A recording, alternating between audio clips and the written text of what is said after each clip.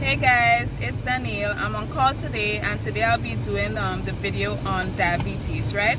So what is diabetes? So diabetes is a disease where there is increased blood glucose levels, right? Or increased sugar levels in the blood, right?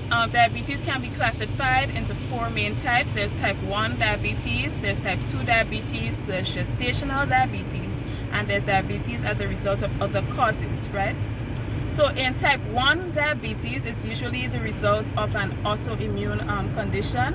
Autoimmune means that the body attacks its own cell, right? So the body attacks the cells of the pancreas, the beta cells that produce the insulin, right?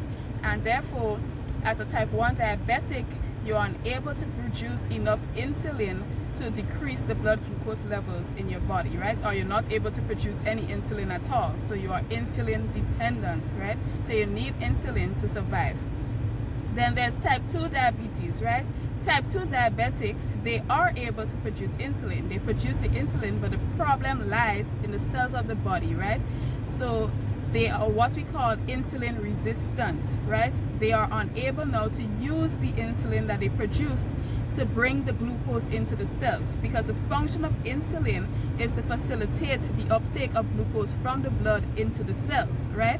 But in type 2 diabetics, the insulin, well, the cells actually, they are resistant to the insulin. So the insulin does not serve its function, basically. It's just sitting there. And the glucose now is unable to move from the blood into the cells. Therefore, the glucose stays in the blood and remains elevated, right? There's also gestational diabetes, which occurs usually during the second and third trimester of pregnancy and goes away after delivery of the baby. And there's also diabetes from other causes. If you have increased levels of cortisol, which is the stress hormone, or increased levels of growth hormone, you know, that also causes a bit of insulin resistance, right? Or if you have diseases that directly affect the pancreas itself, then that can also cause decrease in insulin production, right? And can also lead to elevated levels of glucose in the blood, right? So what are the risk factors for diabetes? So basically, well, we'll focus more on the type 2 diabetes, so that is the insulin resistant type of diabetes. The major risk factor for type 2, and I'm discussing type 2 because the majority, almost 90% of all diabetics are type 2 diabetics, right? So the major risk factor for type 2 diabetes is actually obesity, right? So what happens in obesity, basically it causes the insulin resistance because the fatty acids, they interfere with the whole mechanism whereby insulin causes the glucose to come into the cells, right? So they lead therefore to the more insulin resistance, basically. So obesity is a major risk factor for type 2 diabetes, right? Also, it can run in your family. If you have a close relative with type 2 diabetes, your mother, your father, your sister, your brother, it puts you now at increased risk for developing type 2 diabetes, right? Also, your lifestyle, you know, maybe if you have a sedentary lifestyle, you're not physically active, you know, that in itself leads you to becoming overweight and therefore obese, and, you know, so it goes along with that, you know. Also, if you have certain conditions like polycystic ovarian syndrome, you know, again, that puts you now at risk for type 2 diabetes as well. You know, and also age, you know, if you're greater than 45, you're at risk for type 2 diabetes, right? So those are the major risk factors. There are other risk factors as well, but those are some of the major ones. Right. So what to look out for? What are the symptoms and the signs of diabetes? So normally we say they are the 3 P's, right? So there's polydipsia, where you would always feel thirsty. There's polyuria, where you would always urinate. And there's polyphagia, where you always feel hungry, right? So the polyuria, how does that happen? So basically, if you have increased levels of glucose or sugar in your blood, it will spill over into your urine, right? And the glucose now in your urine is going to pull water into the urine as well. So your urine, you will have more urine, right? And then the more you urinate, right, your body will want to replace some of that water. So then your thirst centers will be activated and you will start feeling thirsty. So that is the polydipsia, right? So you will feel thirsty. And then the polyphagia now, it comes along because even though there's increased levels of glucose in your blood, like I said before, your cells are not able to use that glucose. So the cells, they feel deprived of glucose, so they're going to demand it, right? So you start feeling hungry. So that's a polyphagia. Right, and there's also other symptoms that comes along with it. You will feel fatigue. The type 1 diabetics, they tend to have weight loss, whereas the type 2 diabetics, they tend to be obese. There are other symptoms that come along, but those are the 3 major symptoms, right? So as a diabetic, what should you do? So if you know you're diabetic, you should see a doctor at least once or twice a year. And the reason being is that there are many complications associated with diabetes. So you need to be screened for those complications, right?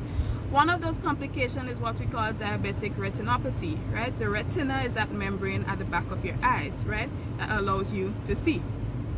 So if you're a type 1 diabetic, you should see your ophthalmologist to check the back of your eye to ensure that there's no damage, because diabetes, it damages the small vessels at the back of your eye, and it could eventually lead to blindness. So you need to check your doctor at least once a year to check your retina, right, to make sure that you have no diabetic retinopathy. Also, diabetes affects the kidney. It also affects, again, blood vessels of the kidney. So we can see the trend. Diabetes affects blood vessels, right? So in the kidney now, it causes damage of the kidneys, and you can have some spill of protein now into your urine, and you can be screened for that. You can be checked to see if you have a small level of protein in your urine to indicate that the diabetes is affecting your kidney. So you can see your doctor, they can run a simple test, they can check your kidney function, they can check to see if there's protein in your urine. So you need to check your doctor to check your kidney function.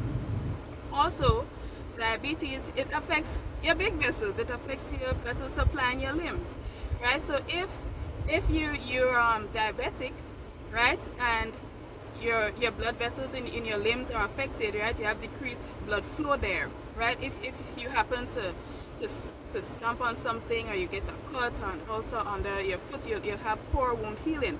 So again, you need to check your doctor so that they can check your foot to ensure that you have no ulcer. And the next thing that goes along with that is what we call diabetic neuropathy, whereby diabetes affects, again, the blood vessels that supply the nerves. So you're unable to feel in your feet. So you might stomp something might juke you, and you might not know because your vessels are damaged, your nerves, are damaged, and you're unable to feel, right? So yes, so basically you need to check your doctor, because your doctor needs to check on all these things.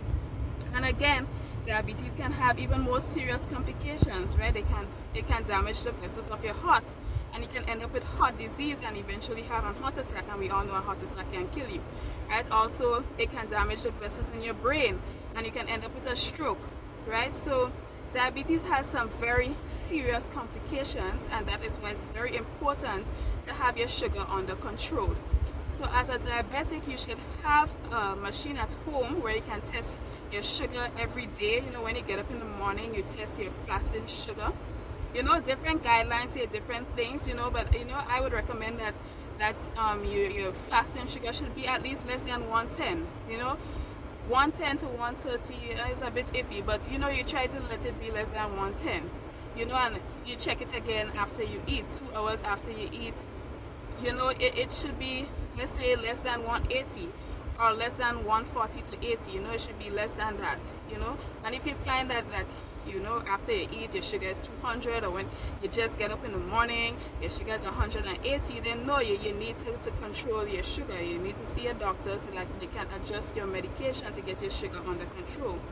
Because like I explained, if your sugar is not under control, you have serious complications. It affects the vessels. You can have a heart attack, you can have a stroke, you can end up with what we call a diabetic foot, where you develop ulcers and there's poor healing because it causes decreased blood supply. Like I said before, it damages your vessels that supply your feet, and also it causes the diabetic neuropathy. It damages the nerves, so you're unable to feel.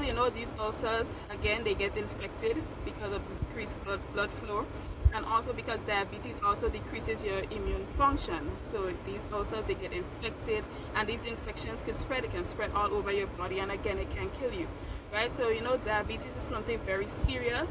Working in a hospital, I come across diabetics every day. It's very prevalent in Grenada. I see the complications of diabetes every single day in the hospital. We have a lot of deaths because of the complications of diabetes. So diabetes is a very serious problem in Grenada.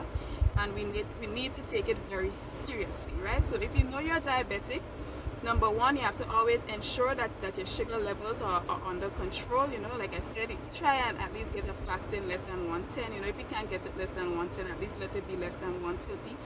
You know, try your best, and after you eat, you know, try to at least get it less than 180, or even better, less than 140. You know, and that would be great based on the guidelines from the American Diabetic Associations and also the American Academy for Clinical Endocrinologists. They have different guidelines, but you know, those are the ranges, right? So you try to make your fasting at least less than 130 based on the American Diabetic Association, or less than 110 by the Association for Clinical Endocrinologists, right? Try to get it at least that. So yeah, guys, you know, diabetes is important. If you don't suffer from diabetes, I'm sure you have a family member that does, you know, and just let them know to don't take it as something trivial, because it is very serious. You know, it has very serious complications. They need to see their doctor, you know, be in touch with their doctor. They need to know what their readings are. They need to know what medications they are on. They need to know the dosage of their medication. A lot of people come to the hospital, they don't know what medications they're on, they don't know the dosage, or even if you don't know, at least bring it to your doctor when you're going to them, so that they can see, so that they are able to adjust your medication if your sugar levels are too high, you know, because it has some very serious complications, and one of them being death. Okay. Also, as a diabetic, you know, you have to make sure to exercise. You know, exercise is proven to decrease your blood glucose levels without the need for insulin. When you exercise, you decrease your blood glucose levels. So as a diabetic, you know, it's very important to exercise every day, at least 20 minutes. You know, you get your heart racing and you can decrease your blood glucose levels.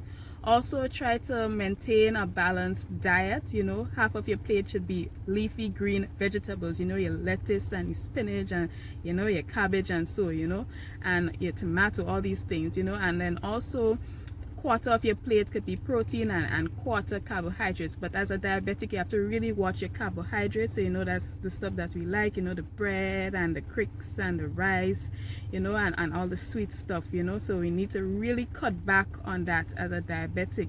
You know, you need to really take control of your diet, ensure to exercise, you know, visit your doctor, take control of your health, you know, because you need your health in order to work, to provide for your family, to be there for your family, you know. So take control of your health. So have a wonderful week, guys. Bye.